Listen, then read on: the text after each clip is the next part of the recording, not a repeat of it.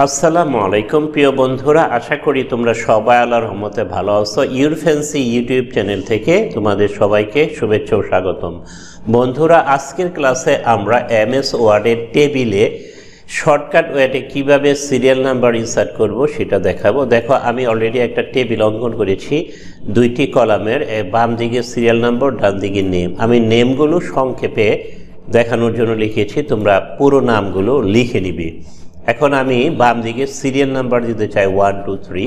আমি যদি হাতে লিখে এভাবে 1 2 3 এভাবে দিতে যাই তাহলে অনেক সময় লাগবে।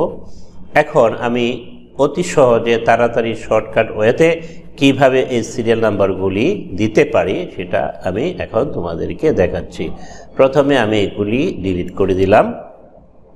এখন যে পর্যন্ত আমি সিরিয়াল নাম্বার দিতে চাই আমি সবগুলো রো আমি সিলেক্ট করে নিব।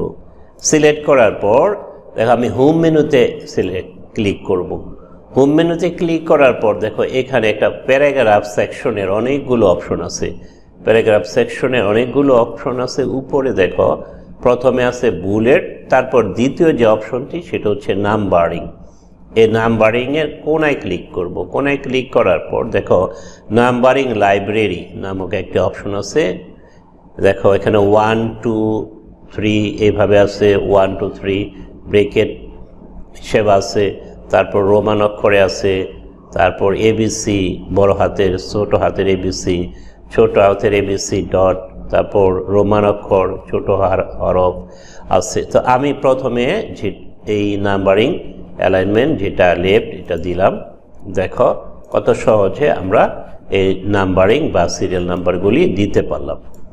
এখন দেখো আরও অন্যান্য স্টাইল আছে। এখন আমি যদি এই সিরিয়াল নাম্বারগুলো তুলে দিতে চাই তাও আমি দিতে পারি। এগুলি সিলেক্ট করে আবারও নাম্বারিংয়ে যে নাম দিব। তো এইভাবে আমরা সিরিয়াল নাম্বারগুলো বিভিন্ন স্টাইলে দিতে পারি। আমি আরেকটা স্টাইলে সিরিয়াল নাম্বারটা দিয়ে দেই। দেখো আমি এবার রোমান অক্ষরে দিয়ে দিলাম। দেখো, তো এইভাবে তোমরা এমএস ওয়ার্ডের টেবিলে সিরিয়াল নাম্বার ইনসার্ট করবে। তো আশা করি আজকের এই ছোট লেসনটি তোমাদের ভালো লেগেছে। যদি ভালো লেগে থাকে তাহলে লাইক করো, কমেন্ট করো, শেয়ার করো, সর্বোপরি সাবস্ক্রাইব করো।